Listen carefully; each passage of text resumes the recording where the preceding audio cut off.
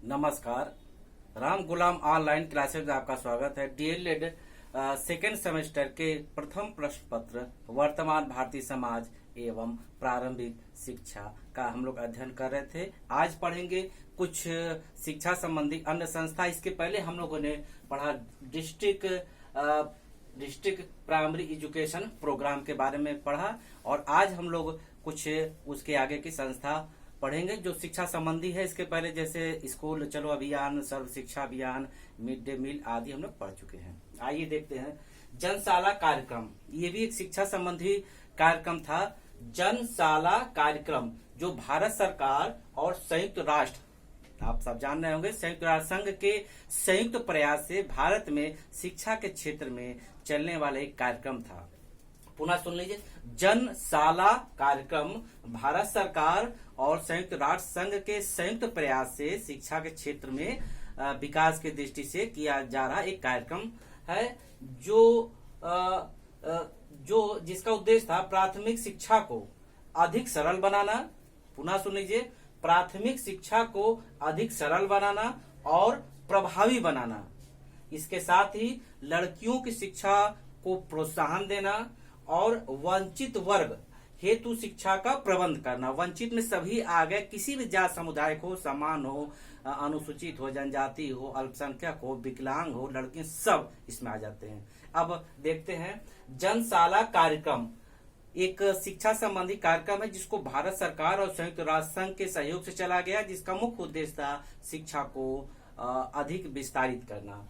और इसके जो प्रमुख उद्देश्य है प्राथमिक शिक्षा, ये प्राथमिक शिक्षा की बात हो रही सरकारी विद्यालय में, प्राथमिक शिक्षा को अधिक सरल बनाना और प्रभावी बनाना। सरल का मतलब पठन की दृष्टि से, अध्ययन की दृष्टि से उसको इतना सरल बनाया जाए कि बच्चे आए और उनको अच्छा लगे, वो दोबारा आए, और प्रभावी बनाना कि बच्चे आए तो कुछ सीख के जाए।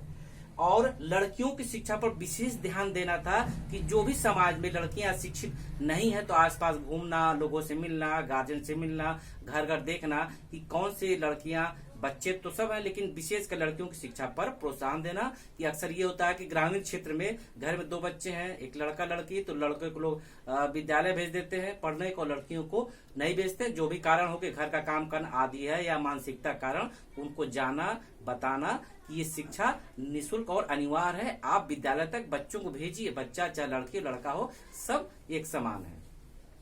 और वंचित, ऐसे समाज में वो वंचित वर्ग, वो किसी भी बच्चे, कोई बच्चे हो, समान वर्ग के हो, अनुसूचित जाति के हो, जनजाति के हो, मुस्लिम हो या विकलांग हो, कोई भी हो, जो शिक्षा से वंचित वर्ग हैं, उनके लिए शिक्षा का प्रबंध करना एवं उनको स्कूल तक पहुंचाना, तभी वो शिक्षा ले पाएंगे। मुख्य उद्देश्य है कि ऐसे सभी बच्चों को स्कूल तक पहुंचाने के लिए सारा कार्यक्रम था कि जब बच्चे स्कूल तक जाएंगे तभी शिक्षा मिल पाएगी, शिक्षा संबंधी सुविधा मिल पाएगी। आइए देखते हैं इसके अलावा अन्य जो शिक्षा कार्यक्रम थे उस पर चर्चा करते हैं। शिक्षा कर्मी कार्यक्रम, इसको शिक्षक कार्यक्रम भी कहते हैं। शिक्षक कर्मी मतलब शिक्षा देने वाले कार्यक्रम के अंतर्गत जो मुख्य जिम्मेदारी होती है शिक्षक एवं अन्य कर्मचारी की होती है। तो नाम है शिक्षा कर्मी कार्यक्रम।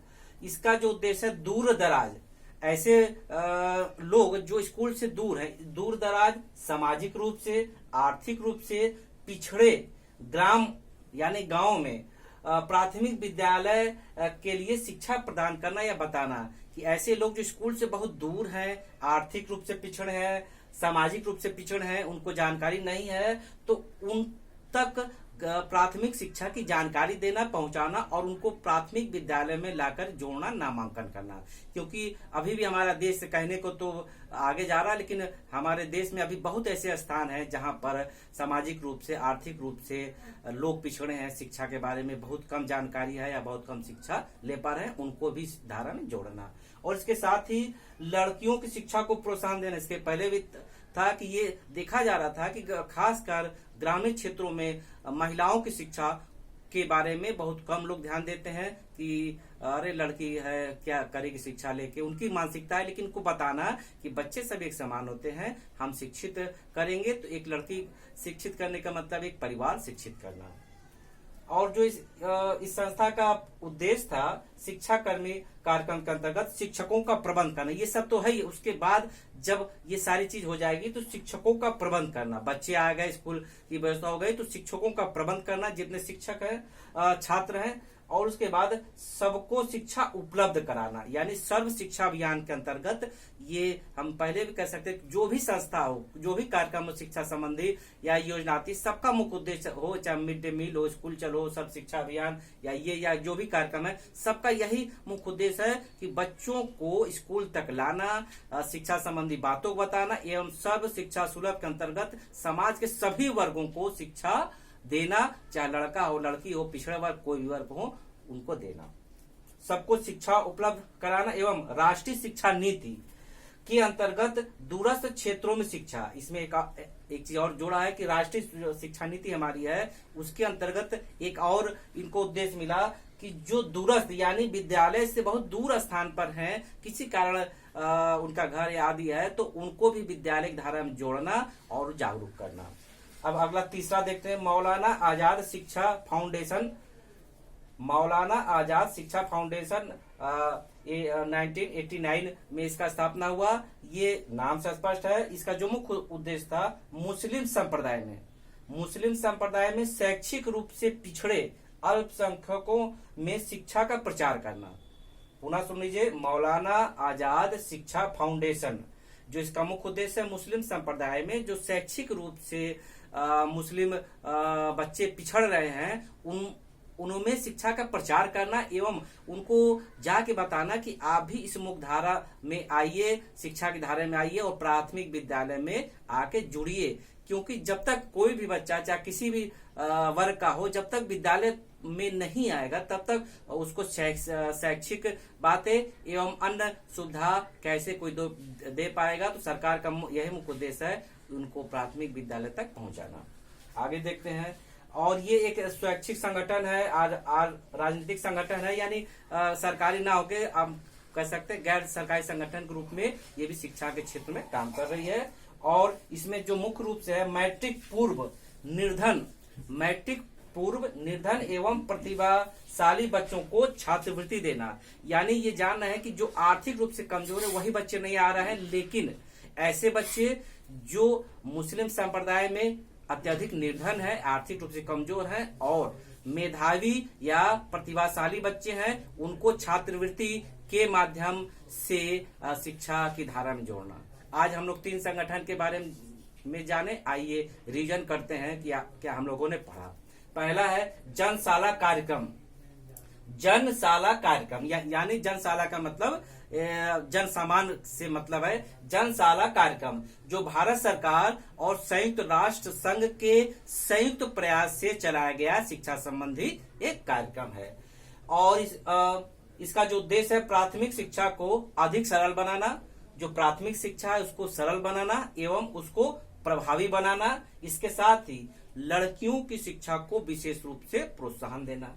और इसके अलावा समाज में वंचित वर्ग यानी कोई भी बच्चे हो, किसी वर्ग के हो, लड़का हो, लड़की हो, सामान्य वर्ग के हो, पिछड़े हो, विकलांग हो, कोई भी हो, सभी बच्चे जो वंचित शिक्षा से हैं, वंचित शिक्षा से बच्चे ऐसे जो किसी कारण वंचित रह गए पढ़ाई से, उन सबको स्कूल तक लाना एवं उनके लिए शिक्षा की प्रबंध करना, इस जनशाला कार्यक्रम का बातें थी, उद्देश्य थे। अब अगला देखते हैं शिक्षा कर्मी कार्यक्रम या शिक्षक कार्यक्रम, जिसका मुख्य उद्देश्य था कि दूर दराज के क्षेत्रों में एवं जो ऐसे लोग जो सामाजिक रूप से, आर्थिक रूप से पिछड़े क्षेत्र हैं, जैसे ग्रामीण क्षेत्र ही मान सकते हैं, जो बहुत दूर है शिक्षा के माध्यम से या शिक्षा के संस्थान से, सामाजिक रूप से, आर्थिक रूप से पिछड़ गए हैं, उनको प्राथमिक शिक्षा के लिए लाना एवं नामांकन के लिए प्रेरित करना और